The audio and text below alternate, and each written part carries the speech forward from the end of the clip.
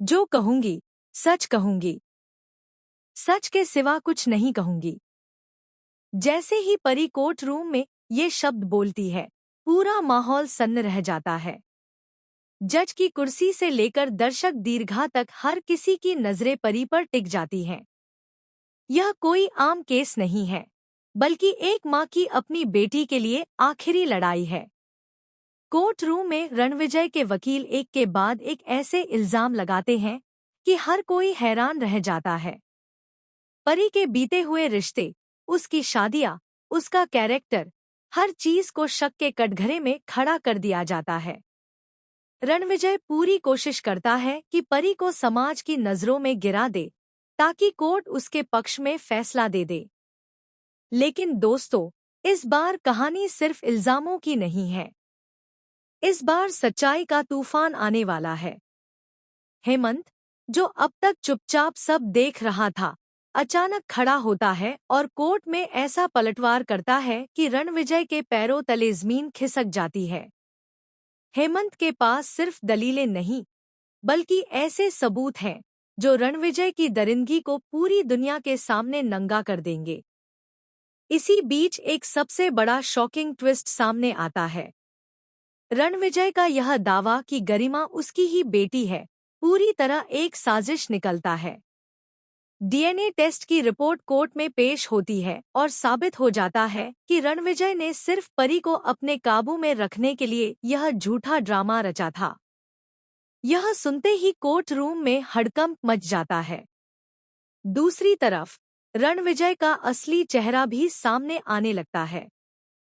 पता चलता है कि उसने पहले भी कई महिलाओं को इसी तरह फंसाया, उन्हें धमकाया और फिर झूठे सबूतों के सहारे खुद को मासूम साबित किया। वह जिस तथाकथित प्रूफ की बात कर रहा था, वही सबूत उसके खिलाफ सबसे बड़ा हथियार बन जाता है। तुलसी, जो अब तक खुद को संभाले हुए थी, अंदर ही अंदर टूट चुकी थी। वह रणविजय को जोरदार तमाचा मारना चाहती थी, लेकिन गरिमा के सामने वह खुद को रोक लेती है। तभी मेहर पुलिस के साथ कोर्ट में एंट्री करता है और जज के आदेश पर रणविजय को दोबारा गिरफ्तार कर लिया जाता है। याद दिला दे दोस्तों, रणविजय पहले भी बेल पर बाहर आ चुका था और बाहर आते ही उसने परी को जान से मारने की कोशिश की थी। इस बार जज उसके अपराधों को देखते हुए सख्त फैसला लेने का मन बना लेते हैं। वहीं दूसरी ओर नोना का असली चेहरा भी धीरे धीरे सामने आने लगता है। उसे इस बात से सबसे ज्यादा जलन है कि परी उसकी मदद लेने की बजाय तुलसी के साथ रहना पसंद कर रही है। नोना की नफरत इतनी बढ़ चुकी है कि वह चाहती है कि रणविजय केस जीत जाए, सिर्फ इसलिए ताकि तुलसी टूट जाए।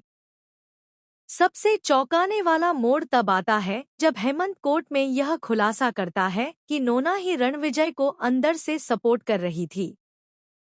उसने ही एक महंगे वकील को हायर किया था और सबूतों से छेड़छाड़ की कोशिश भी की थी। यह सुनकर नोना के चेहरे का रंग उड़ जाता है। मेहर अपने भाई हेमंत से वादा करता है कि चाहे कुछ भी हो जाए, वह इस केस को इतना मजबूत बनाएगा कि रणविजय को पूरी जिंदगी जेल की सलाखों के पीछे सड़ना पड़े।